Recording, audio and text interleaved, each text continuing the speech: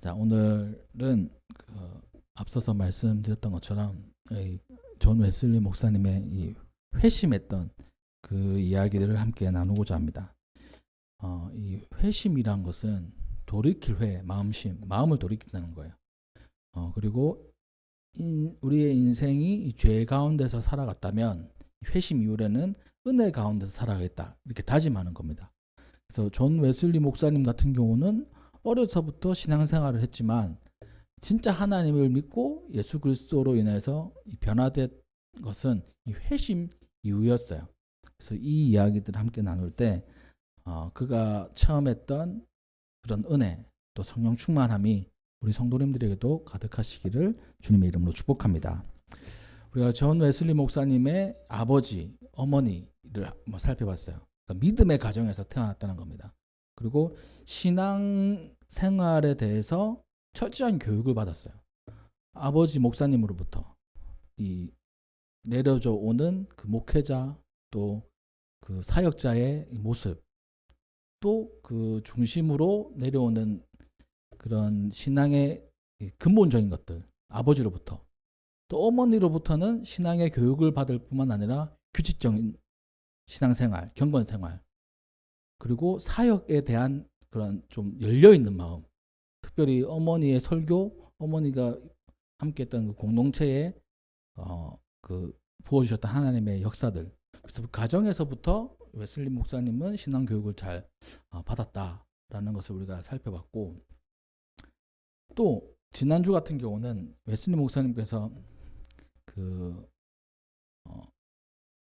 옥스퍼드 대학에서 홀리클럽을 운영하시면서 함께 경건 생활, 규칙적인 생활, 또 규칙적인 신앙의 모습들을 살펴가는 가운데 조지아주의 선교가 실패함으로 그 인생의 또 신앙과 그 사역의 어떻게 보면 오점이라고 할 수 있지만, 그 속에서도 하나님께서 그 실패를 들어서 그의 마음을 도닥이시고 다시 한 번 더 하나님께로 나아갈 수 있는 그런 길을 열어주신 그런 부분들을 살펴봤습니다.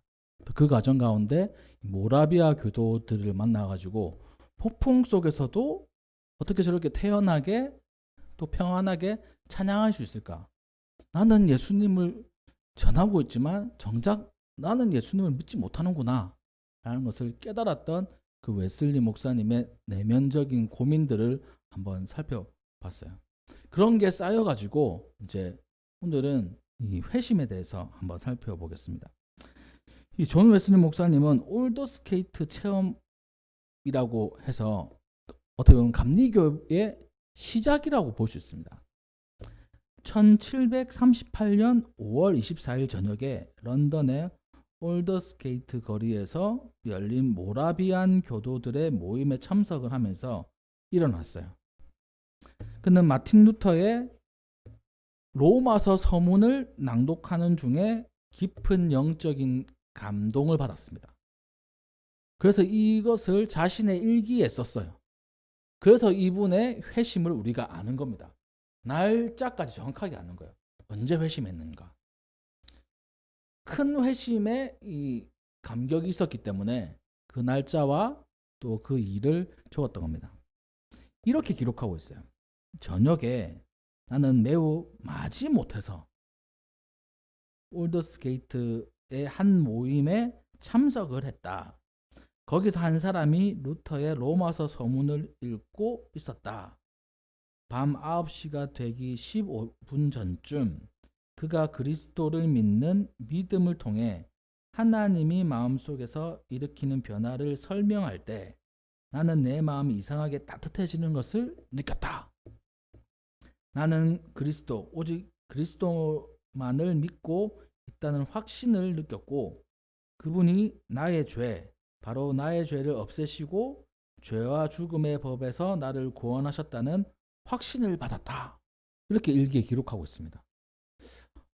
이 기록으로 인해서 이 존 웨슬리 목사님이 예수님을 진짜 인격적으로 체험하고 감리교회의 어떻게 보면 진짜 시작을 알리는 그 중요한 날이에요. 그래서 감리교 교회력에서는 이번 주일 웨슬리 회심 주간으로 이렇게 지킵니다. 이분의 회심을 통해서 이 감리교 운동이 일어났기 때문에 그렇습니다. 이 체험은 웨슬리 목사님의 신앙의 이 신앙생활 중에 가장 중요한 전환점을 만들어 주었어요. 감리교 운동의 출발점으로 보고 있습니다. 이 경험을 통해서 구원의 확신과 하나님의 은혜를 실제로 이제 체험한 거예요. 그 전까지는 머리로 알았다면 실제로 이제 알았던 겁니다. 그래서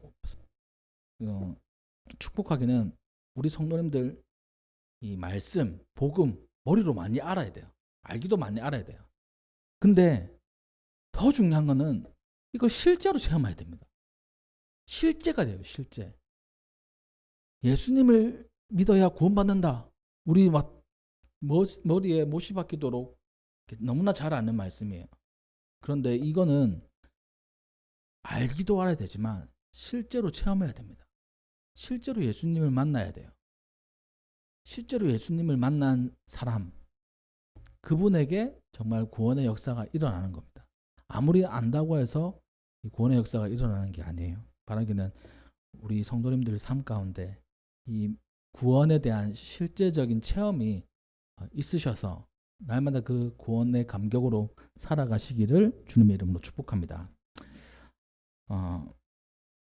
그렇게 이 체험 이후에 감리교 운동을 이끌고 신앙과 실천과 또 영적인 각성이라는 그런 주제를 가지고 사역을 하기 시작했어요. 근데 이 체험하는 과정을 한번 살펴보면 참 그렇습니다. 우리가 지난번부터 살펴봤잖아요. 참 똑똑하신 분이에요. 명문 가정에서 태어났어요. 뭐 삶은 어려울 수 있어도 신앙의 명문 가정에서 태어났어요. 목회자 집안에서 이렇게 태어나서 신앙의 훈련을 잘 받았죠. 또 똑똑해가지고 옥스퍼드까지 갔죠. 옥스퍼드에서 그 모임을 이끌었는데 그 모임이 정말 잘 됐어요. 규칙을 지키면서 신앙생활하는 게 참 좋았습니다. 부푼 꿈을 안고 저기 인디언 선교를 하기 위해서 미국으로 갔어요. 대실패했습니다.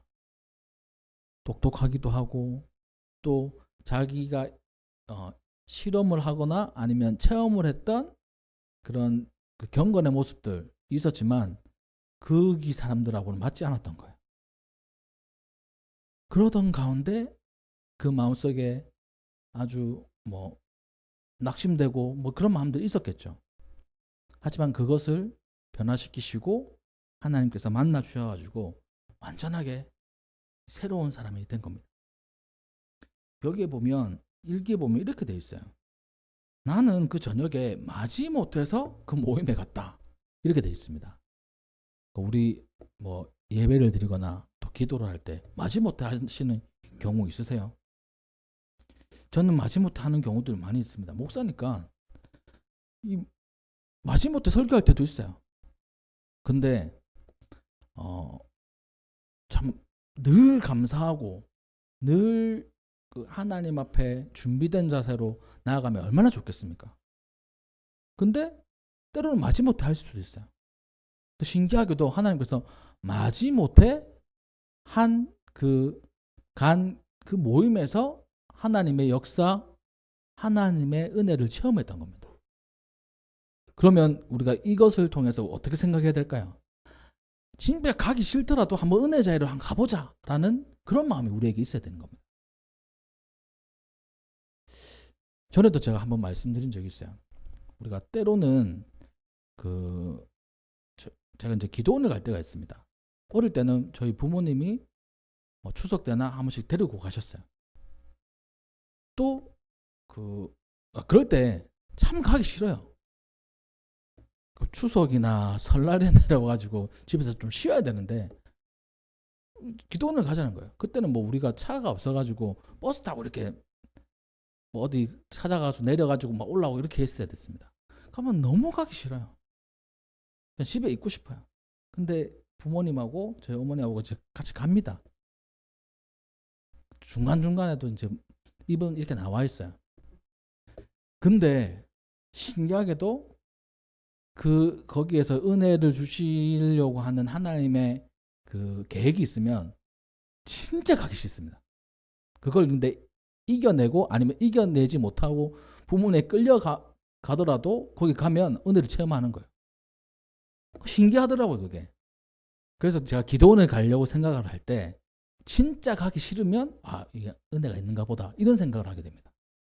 전에도 저희 아내하고 이제 기도원을 가려고 했는데 그날은 가던 기도 말고 다른 기도원 가려고 했어요. 좀 가기 싫었거든요, 사실. 가기 싫고 또 사고도 났어요, 사고. 그날 교통사고가 났어요. 큰 사고는 아니었지만 교통사고 나가지고 이 교통사고까지 났으면 안 가도 되는 거 아닙니까? 근데 꾸역꾸역 갔어요.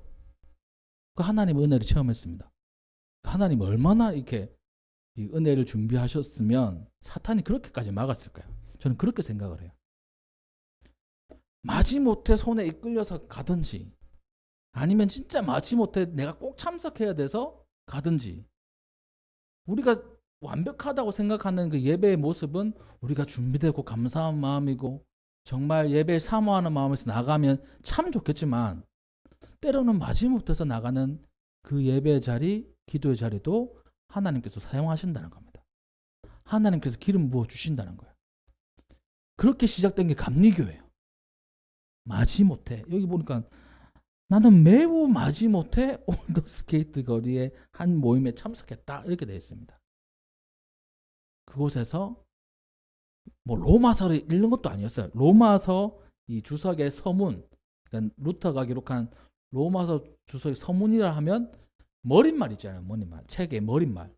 그걸 읽는 가운데 성령을 체험한 겁니다. 마음에 따뜻함을 넣었어요. 웜들 돼 있어요. 웜.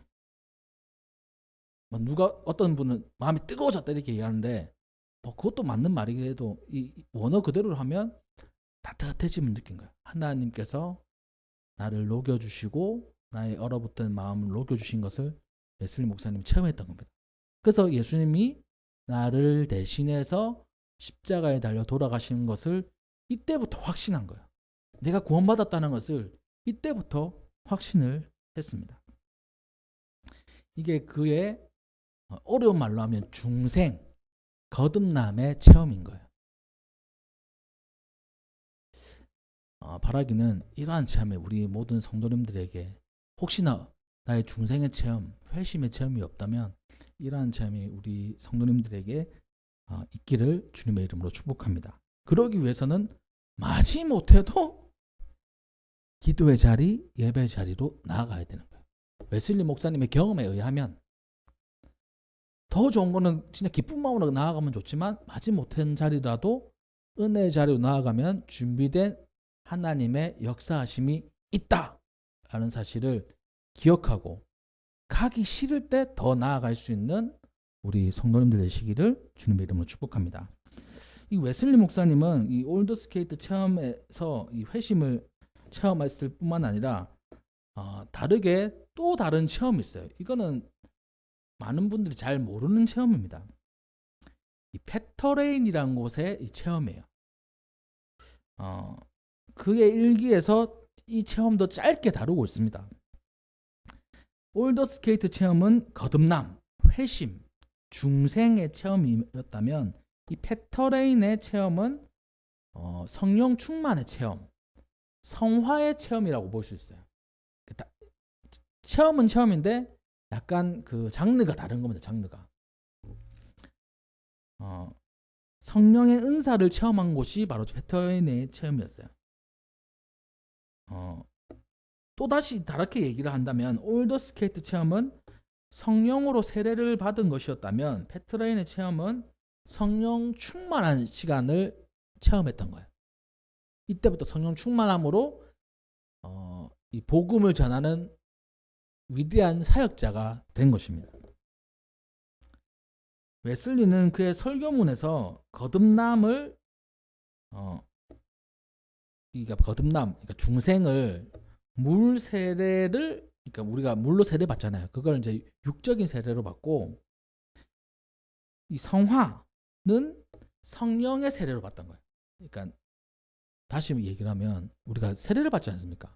이 육적인 세례와 성령의 세례를 같이 받아야 되는데, 이 육적인 세례, 이 물 세례, 거듭남은 성령의 세례를 받습니다. 그리고 이 이후로 성화의 과정을 체험하기 위해서는 성령 충만한 그 체험이 필요했던 거예요.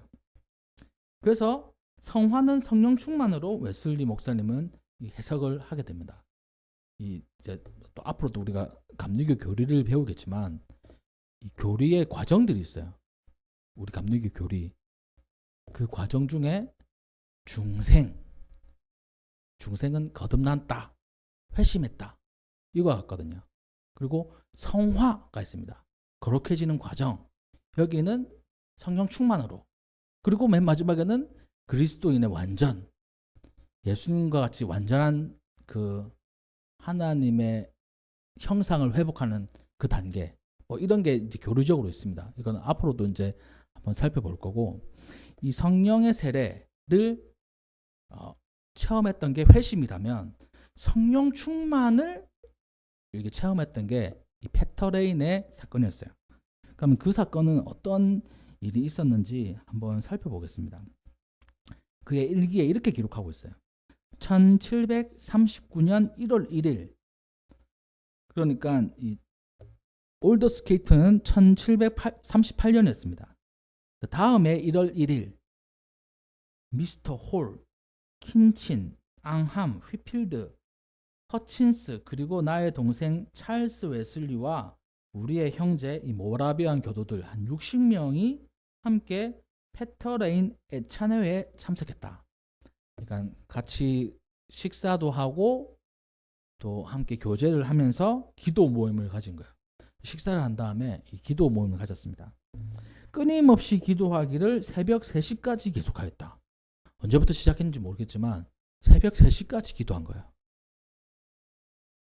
이 어떻게 보면 우리에게 도전이 되는 거죠.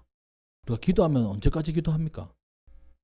수련회 할 때나, 그러니까 우리 아이들은 수련회 할 때나 한 12시 간당간당하게 이렇게까지 기도하잖아요. 근데 이분들은 그 애찬회에서 모여가지고 새벽 3시까지 기도했다고 합니다. 하나님의 능력이 우리에게 강하게 임하였다. 많은 사람들이 놀라운 기쁨으로 소리쳤다. 그러니까 기뻐서 하나님 앞에 소리를 치는 겁니다. 하나님을 찬양하는 거예요. 또 많은 사람들이 땅에 떨어졌다.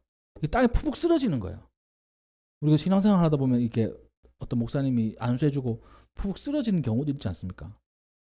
이 웨슬리 목사님의 일기에 기록되어 있어요. 기도하는 가운데 따로 누가 안수해준 건 아니지만 땅에 푸북 쓰러지는 거예요. 성령 충만을 체험하는 거죠. 그리고 사람들은 전능하신 하나님의 현존을 경외와 놀라움으로 이렇게 바라봤고, 그렇게 사로잡힌 다음 우리는 한 목소리로 소리쳤다. 오 하나님, 우리는 당신을 찬양합니다. 우리는 당신이 주님 되심을 깨닫습니다. 라고 하면서 찬양하며 그 성령 충만의 역사를 페터레인에서 체험을 했던 겁니다. 어떤 사람은 뭐 방언으로 기도를 하고, 뭐 어떤 사람은 쓰러져 있고, 어떤 사람은 하나님을 높이며 찬양하고 소리치고 있는 거예요. 그러니까 엄청나게 뜨거운 집회의 이 장면이었습니다. 이 놀라운 성령 체험은 신기하게도 부흥회, 사경회, 예배 시간이 아니고 애찬회에서 진행됐다는 거예요. 우리가 성령 체험하려면 뭐 수련회 가야 되잖아요. 부흥회 가야 되잖아요. 근데 그의 시작은 애찬회였던 겁니다. 그러니까 주가 같이 공동으로 식사하는 거였어요. 그리고 함께 뭐 얼마나 기도해야 될지는 얼마나 해야 된다고 생각했는지 모르겠습니다. 근데 기도를 시작했는데 누가 뭐 말리지도 않았겠죠. 계속 기도를 하고 새벽 3시가 다 되었던 거예요. 기도에 깊이 있는 체험을 했던 겁니다. 그래서 이것이 참 놀라운 체험이었어요. 성령 체험이 애찬회에서부터 시작됐다는 게 특이했습니다. 그래서 이후에 웨슬리 목사님은 성찬과 이 찬회가 그 은혜를 받는 수단이기에 누구에게나 세례 안 받은 사람들에게도 성찬을 주는 것으로 발전했던 거예요. 그러니까 우리 교회는 지금은 세례를 받은 분에게만 이렇게 성찬을 줍니다. 근데 웨슬리 목사님은 세례를 받지 않아도 성찬을 주는 경우들이 있었어요. 왜냐하면 이 성찬을 통해서 이 성령의 세례를 받을 수 있기 때문에. 그래서 성찬, 애찬을 아주 중요하게 생각을 했던 겁니다. 그의 어머니 수잔나도 성찬을 받다가 거듭남을 체험하기도 했다고 합니다. 그래서 이날 함께 성령의 놀라운 체험을 가졌던 것이 특이한 사건으로 해석될 수 있고, 성령 충만에 대한 이 웨슬리 목사님의 확실한 그 체험이 되었던 거예요. 그런데 참 흥미로운 것은 이겁니다. 이 놀라운 성령 체험에도 웨슬리 목사님은 의심과 두려움을 제거할 수 없었다고 이렇게 기록하고 있어요. 왜냐하니까 3일 후 1739년 1월 4일 일기에서 이렇게 기록하고 있습니다. 나는 끊임없이 은혜의 수단을 20년 동안 사용하였으나 나는 크리스천이 아니다. 이렇게 기록한 거예요. 그러니까 성령 충만한 사람이 성령 충만의 체험을 했어요. 그리고 그 은혜의 수단들, 기도하고 말씀 듣고 금식하고 또 여러 가지 하나님 앞에 나아가기 위해서 했던 행동들 20년 동안 했으나 나는 진짜 크리스찬이 아니라는 거예요. 진짜 그리스도인이 아니라는 겁니다. 이 말은 정말 영적인 확증을 원했고 또 그 삶 가운데 영적인 성숙을 확증시켜주는 성령 충만을 계속해서 지속적으로 해 나가야만 했음을 알 수 있습니다. 그리고 1월 5일에 이 감리교 목회자들이 그 모임을 가졌는데 기도와 금식 후에 제비를 뽑아서 우리 속에 위대한 일을 하나님께서 행하신다는 충만한 확신을 갖고 헤어지자고 휘필드가 제안을 했을 때 제비를 뽑았어요. 이게 어떤 제비냐면 나가서 이 오교에서, 그러니까 교회 설교하는 거 말고 나가서 설교하는 거 한번 이 제비를 뽑고 우리 확신을 가지자 라고 제비를 뽑았는데 웨슬리 목사님께서 이 옥의 설교자로 뽑힌 거예요. 지금은 우리가 생각할 때 밖에서 설교한다? 그러니까 좀 자연스럽지 않잖아요. 그냥 노방에 나가가지고 그냥 설교를 하는 거예요. 그럼 사람들이 모이면 이렇게 복음을 전하고 세례도 주기도 하고 그런 걸 우리가 생각할 때 막 익숙하지 않잖아요. 이때는 더 익숙하지 않았습니다. 교회에서 이 강단에서만 설교하는 거였어요. 밖에서 설교한다? 이거 말이 안 됐습니다. 근데 이 밖에서 설교하는 사람이 웨슬리 목사님이 된 거예요.